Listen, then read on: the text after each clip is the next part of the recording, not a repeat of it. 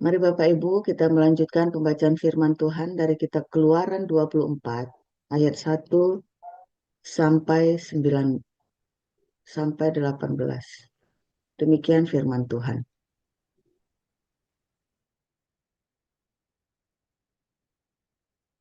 Berfirmanlah ia kepada Musa, "Naiklah menghadap Tuhan, engkau dan Harun, Nadab dan Abihu, dan 70 orang dari para tua-tua Israel. Dan sujudlah kamu menyembah dari jauh." Hanya Musa sendirilah yang mendekat kepada Tuhan. Tetapi mereka itu tidak boleh mendekat, dan bangsa itu tidak boleh naik bersama-sama dengan dia.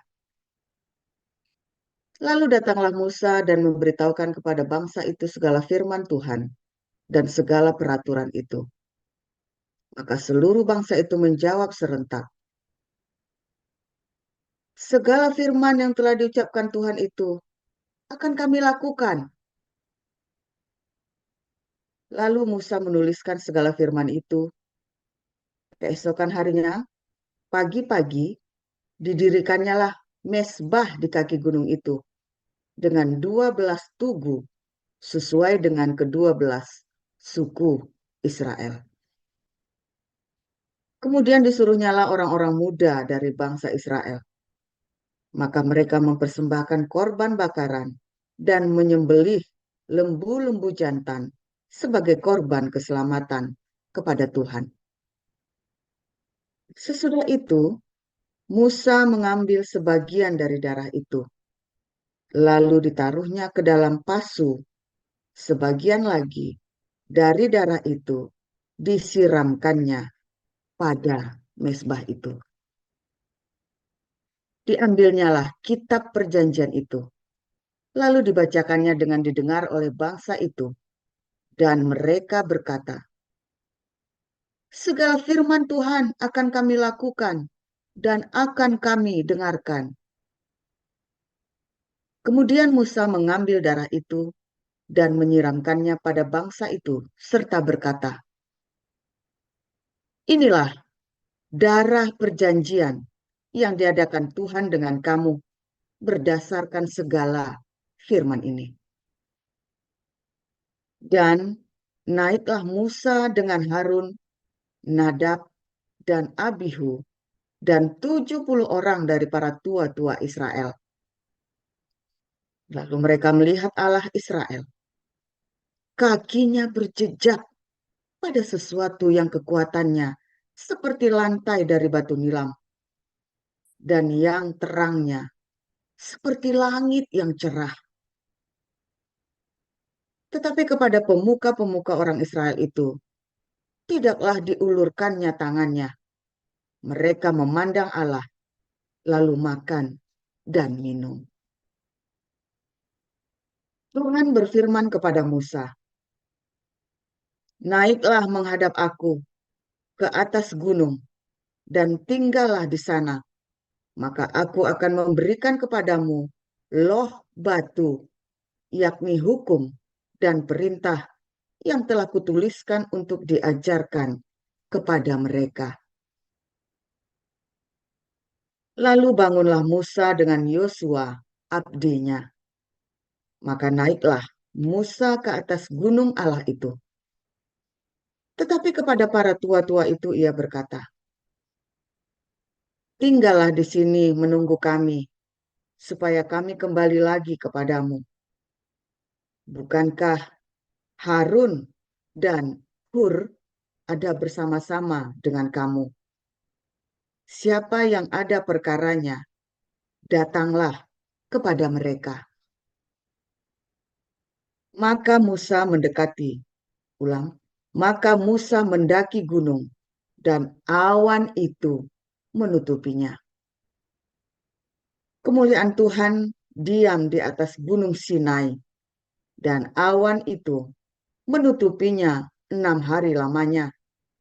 Pada hari ketujuh, dipanggilnyalah Musa dari tengah-tengah awan itu. Tampaknya kemuliaan Tuhan sebagai api yang menghanguskan di puncak gunung itu pada pemandangan orang Israel. Masuklah Musa ke tengah-tengah awan itu dengan mendaki gunung itu. Lalu tinggallah ia di atas gunung itu 40 hari dan 40 malam lamanya. Demikian. Terima kasih Pak Tum. Terima kasih Ibu Nurliana. Silakan Ibu Sarma.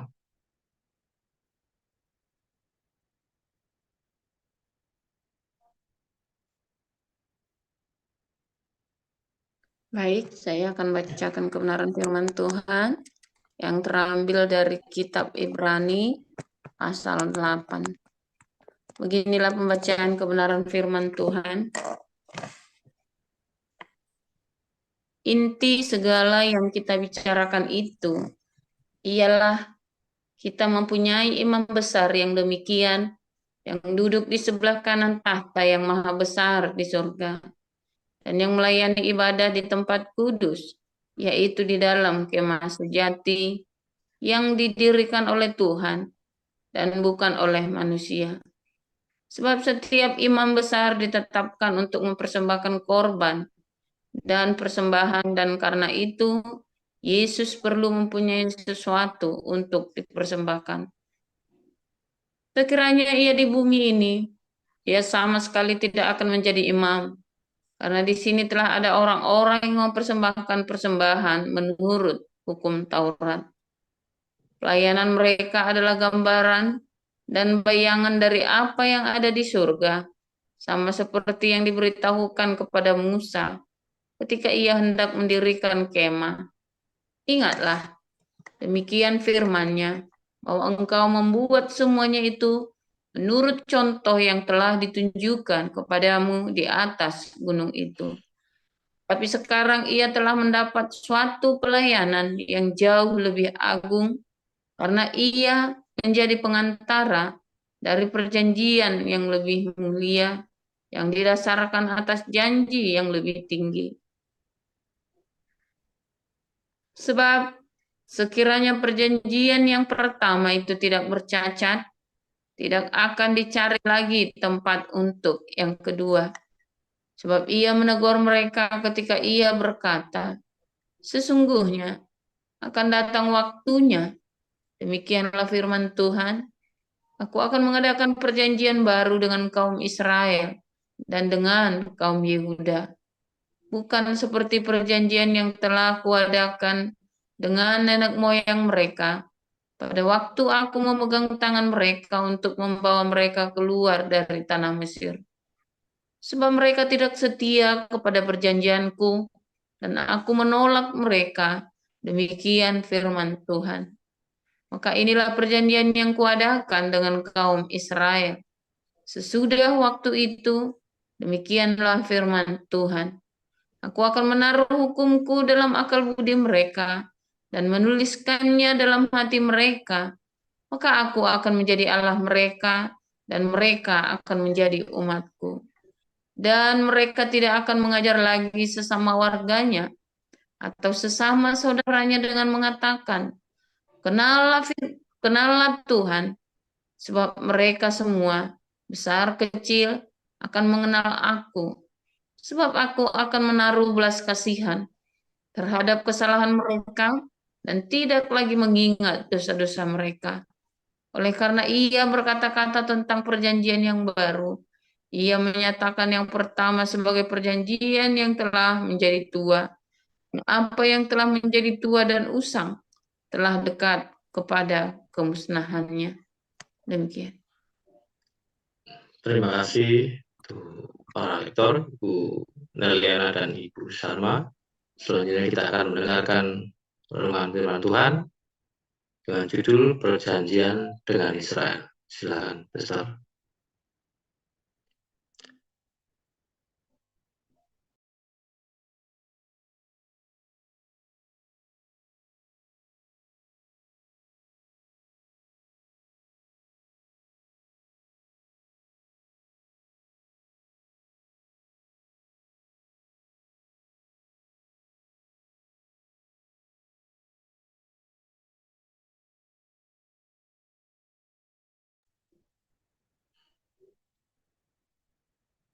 Bentar.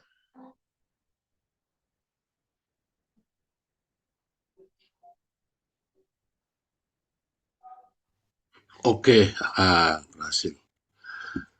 Iya.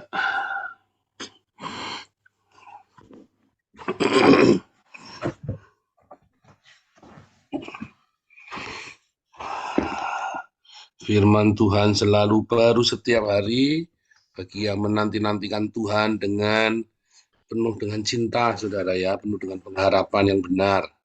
Jangan khawatir apapun sakitmu, apapun saat ini yang kamu alamin, pergumulan hidupmu disalahpahami, Anda mengalami deraan yang hebat, kemiskinankah itu, tekanan-tekanan dari berbagai pihakkah, saudara?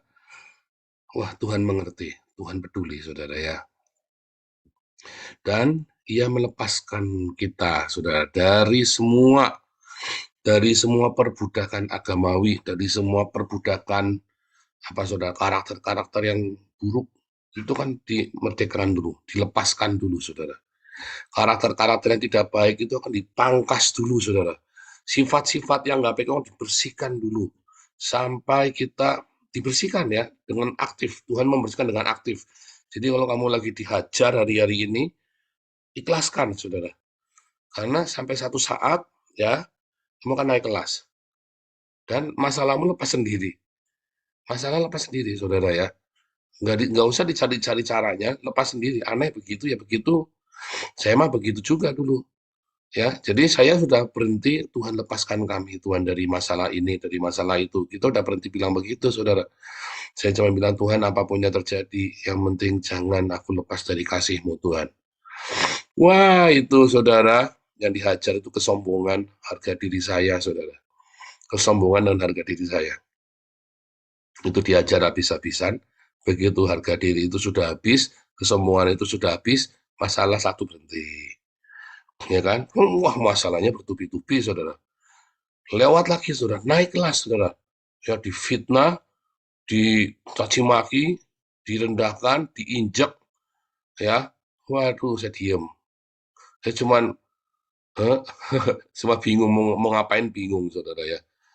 Bingung kayak ketek ditulup, saudara. Oh, jangan Anda yang apalagi Anda egonya besar itu hati-hati, saudara. Kayak ketek ditulup kamu, saudara. Waktu kamu ditindas oleh tangan Tuhan yang kuat, ya. Jadi diem aja ya, bingung mau ngapain juga, saudara. Udah karena dari beberapa kali saya merespon, saya lost power akhirnya. Bahkan saya lost akses saya di dunia hitam itu, lost semua, saudara, akses saya, saudara. Cuma memang dihancurkan sama Tuhan sehingga saya nggak bisa teriak sana, nggak bisa teriak sini. Sampai hari ini saya tidak bisa ini ya, saudara ya, tidak bisa mengakses apa namanya dalam tanda kutip kerajaan dunia hitam saya dulu. Bersyukur sama Tuhan, nggak bisa saya akses, saudara ya. Ya kalau dipaksa tidak ada yang tidak bisa. Cuman intinya saya juga nggak mau sengaja-sengaja. Diakses pun biayanya nggak murah, saudara ya. Sehingga nggak bisa, pendek kata nggak bisa diakses. Kalau dulu mah telepon doang selesai, saudara. Nggak bisa, saudara. Sampai udah nggak berkutik lagi. Saudara, kalau udah nggak berkutik, nggak berdaya, rasanya seperti apa, saudara? Anda pernah merasa nggak berdaya nggak?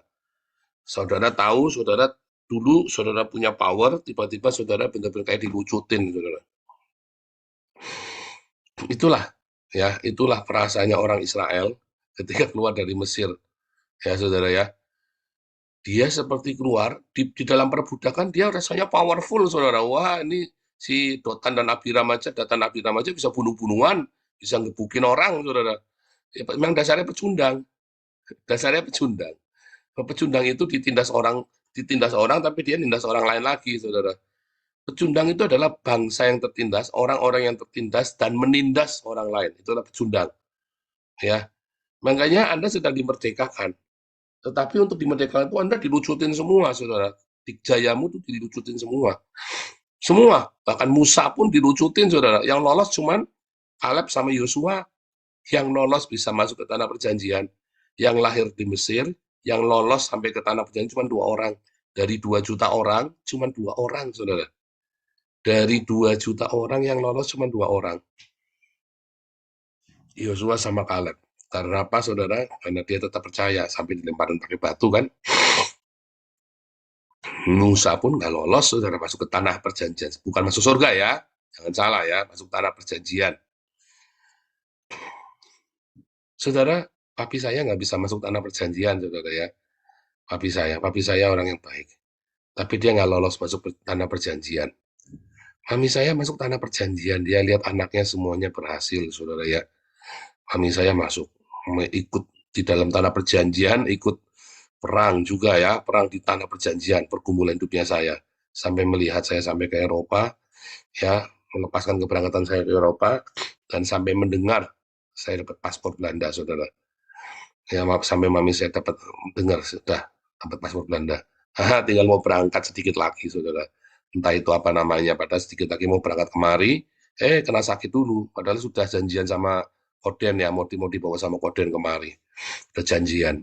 Nanti yang nanti mamimu papi yang jamin nanti. Kamu jangan mikir, waduh ini lagi sakit. Ya nih begitu selesai sembuh, bilang ya. Nanti papi yang bawa.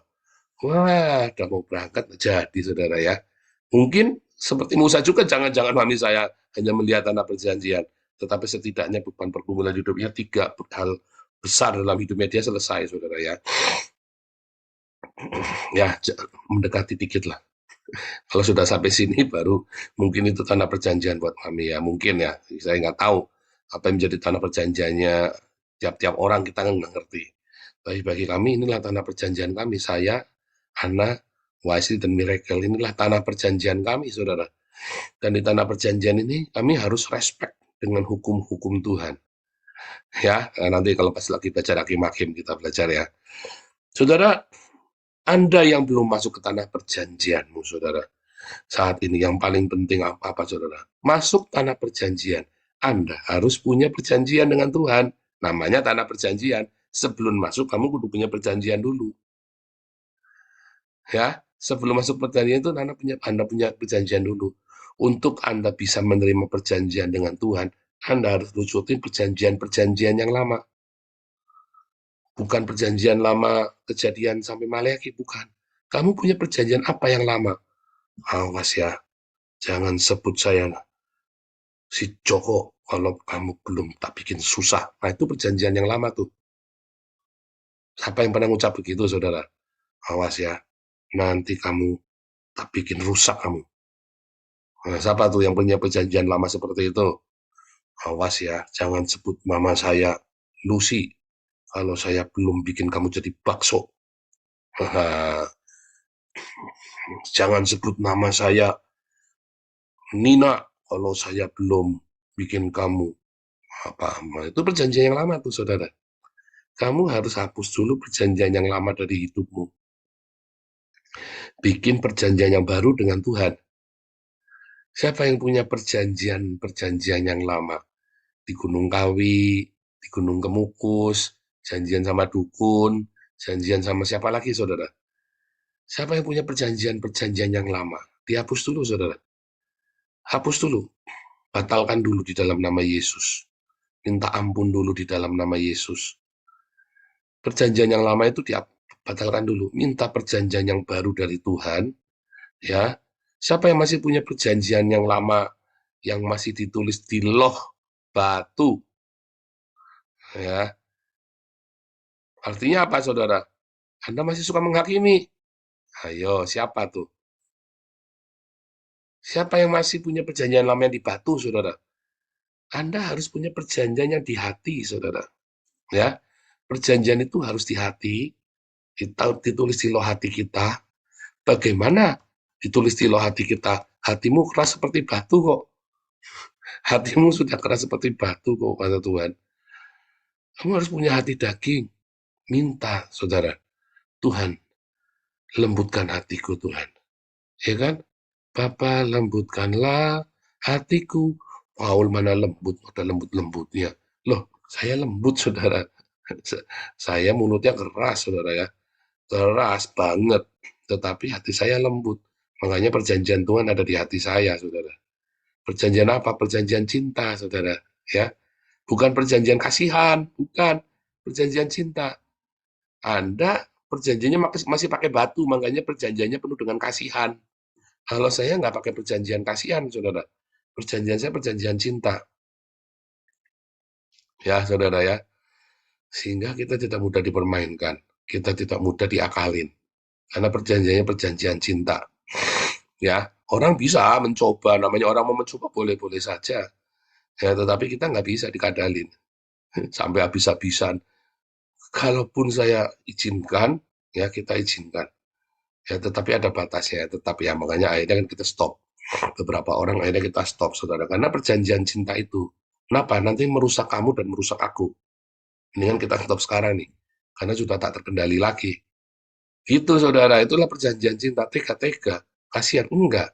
Kita sudah sama-sama dewasa. Sudah dikasih tahu dan sudah mengerti, sudah dikasih, apa namanya, waktu. Ya, sudah dikasih waktu. Jadi cukup. Cukup. Ya. Sebelum merusakmu dan merusakku. Tentu sudah ada kerusakan. Ya kan, makanya kita stop. Ya kan, karena sudah ada kerusakan, maka kita stop. Tentu, tapi tidak menjadi kerusakan yang besar sehingga tidak bisa dipulihkan lagi. Ya, semua orang-orang yang keluar dari yayasan kita bukan bukan satu hubungan yang tidak bisa dipulihkan, bisa semua, saudara ya, karena bukan hubungan kebencian, tetapi sebelum terjadi kebencian, makanya kita stop. Beberapa orang menanggapinya dengan hal yang berbeda, terserah. Tetapi saya menyelamatkan kita semua. Anda, saya, dan kita semua. Supaya kita jangan rusak. Begitu, saudara. Karena itikat yang baik, karena cinta yang baik, cinta yang murni itu. Anda tidak berkenan dengan komunitas ini, berhentilah baik-baik, saudara. Saya sudah wanti-wanti. Jangan sampai merusak. Jangan sampai merusak. Kalau udah nggak suka, jangan terus karena ketidaksukaanmu kamu mencoba merusak komunitas, karena nanti malah kamu yang salah, Tuhan yang bela saya nanti.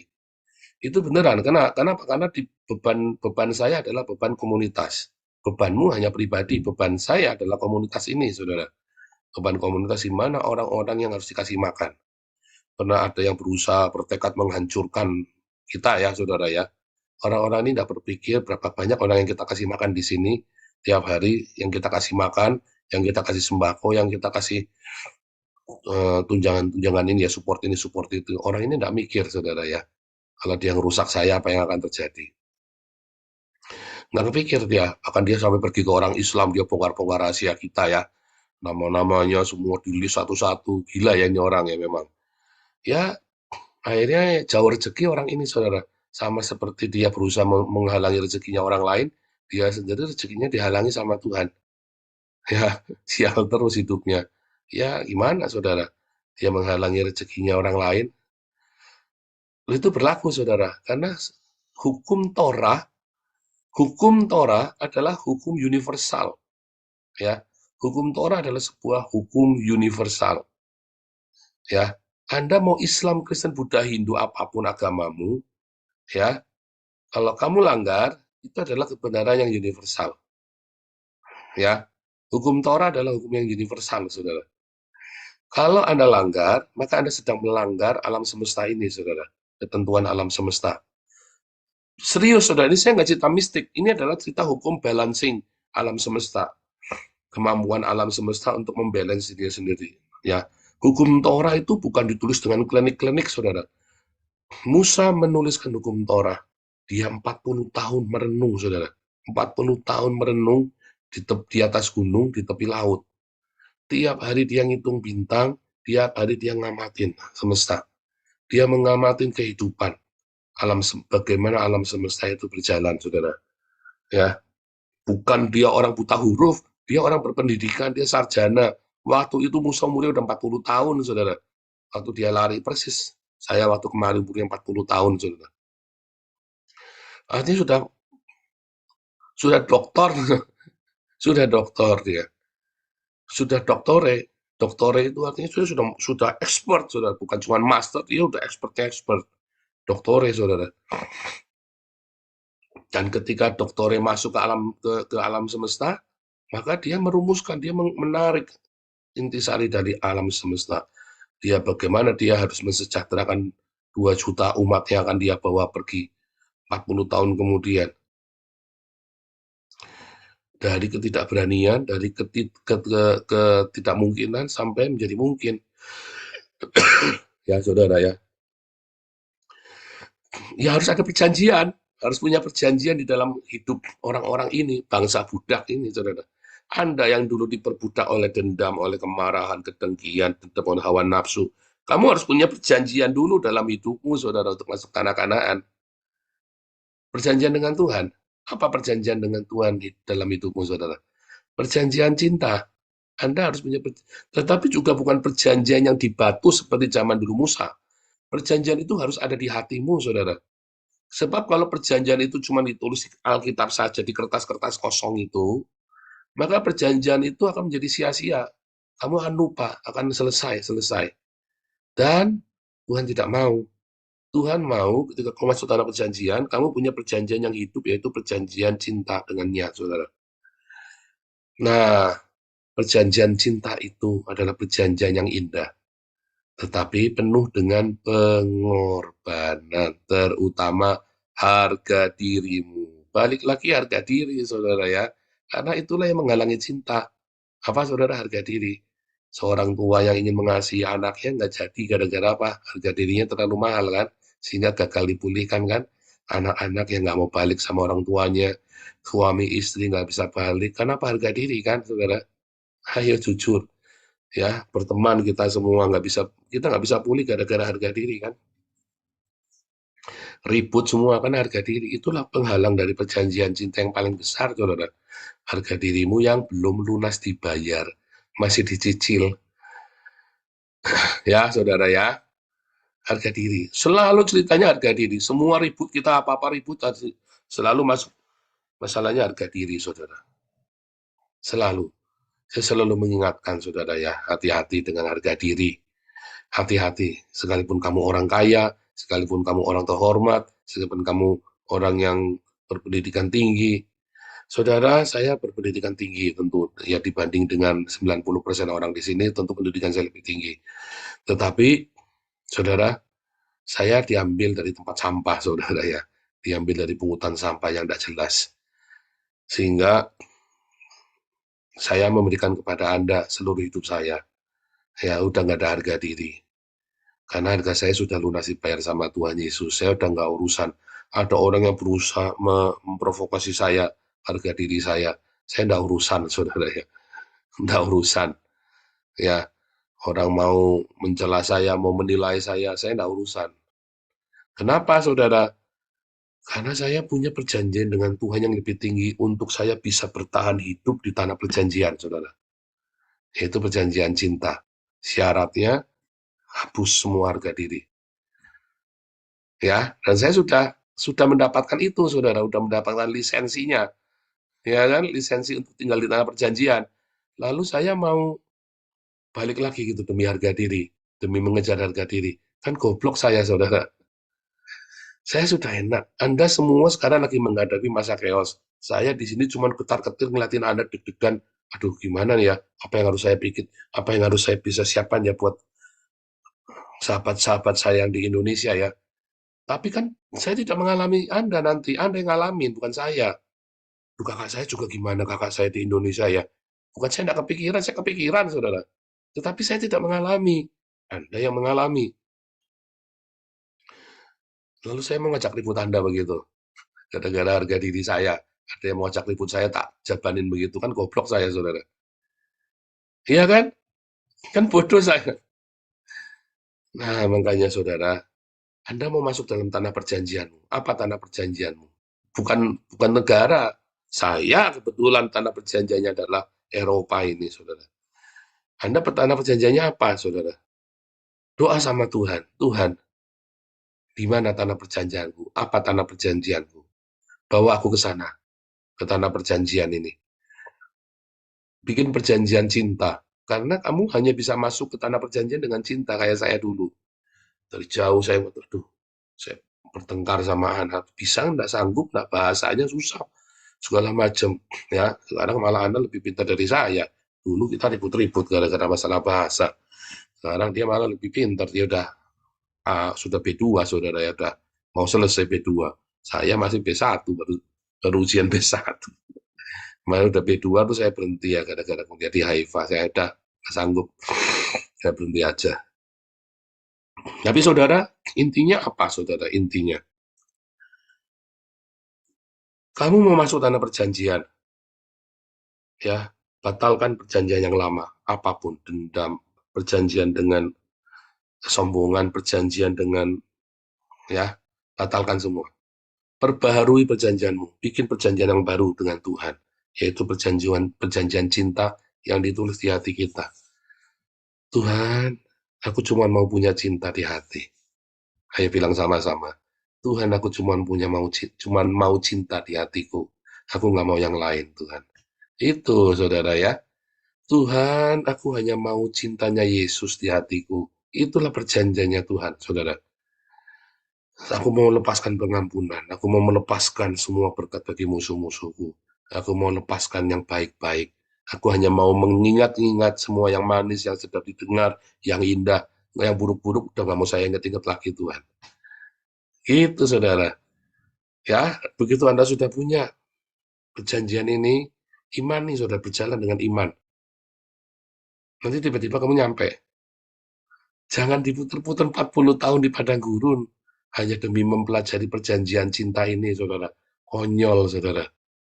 Padahal itu hanya butuh waktu beberapa minggu saja nyampe. 3 minggu aja nyampe, saudara. Jangan nunggu 40 tahun. Ya, sampai satu generasi akhirnya kamu tidak menikmati, mungkin anakmu yang menikmati. Jangan dong, saudara. Ya, saya bersyukur sama Tuhan ya. Kok dilala saya nurut ya. Dulu saya diingatkan terus saya sama grupnya Rumah Salam dulu, Bu Aning sama Ibu Priscilla Smith segala ya. Diingatkan, ayo Pak Paul, ayo Pak Paul, ayo Pak Paul, sampai ke tempat tujuan ya. Jangan sampai ngulangin lagi. Ayo Pak Paul. Saya diingetin terus saudara ya tiap hari ya. Sabar. Ya dulu ya, orang-orang Bahtera itu yang ngingetin saya loh saudara. Serius ya, itu orang-orang aneh itu tuh, yang ngingetin saya terus loh. Ayo Pak Paul, sabar yang kuat, ayo sedikit lagi. Wah, sudah mau meledak waktu itu ya.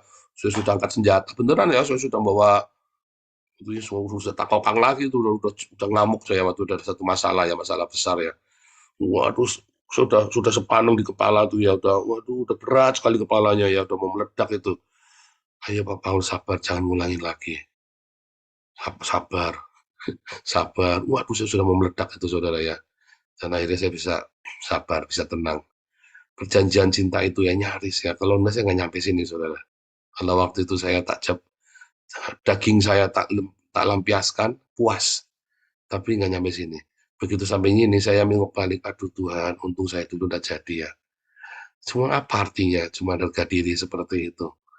Harga diri itu memang enak kok. Ya, harga diri itu memang enak ya, saudara ya. Harga diri itu enak sekali. Nikmatnya, nyes, nyes, nyes, mati kau. Matilah kau. Nikmati, mati kan. Dagingan itu memang enak kok. Siapa bilang tidak enak? Saya juga tahu rasanya enak. Mati kau. Nikmati terus. Makan tuh daging. Ya kan, makan tuh harga diri. Ya kan? Jangan gitu, Pak. Saya tahu. Iya memang jangan begitu. Cuman ngomongnya gimana coba ngomong kalian coba. Harga diri. Jangan dicicil. Bolak-balik komunitas kita kan ributnya harga diri. Saya sampai capek dengerinnya. Cumanya memang begitu. Saya juga begitu sama, saudara. Prinsip ini Pak Pendeta, prinsip gundulmu Pak. Makan tuh prinsip tuh. 40 tahun kamu nanti di tanah kanak apa di padang gurun muter-muter. Ya kalau 40 tahun saat matinya kamu, saudara. Aduh, ya kayak papi mami saya yang muter-muter di padang gurun ya. Harga diri, saudara, sungguh. Harga diri. Ya, mami saya, ya pokoknya harusnya ya dah. Kalau ke Eropa menurut saya tuntas ya. Cuman waktu itu sudah tuntas hidupnya mami saya. Cuman saya tuntas, saudara ya. Saya sama anak, sama YC Miracle tuntas. Kita ada di tanah perjanjian, kita cuma bilang, ikutin apa yang Tuhan mau buat kita. Ya, saudara ya, harga diri tanggalkan. Perjanjian yang lama tanggalkan. Minta perjanjian yang baru, perjanjian cinta yang ada di hatimu, ditulis di hatimu. Kamu masuk tanah perjanjian. Finish happy forever. Ya, saudara ya. Katakan amin. Tuhan Yesus memberkati.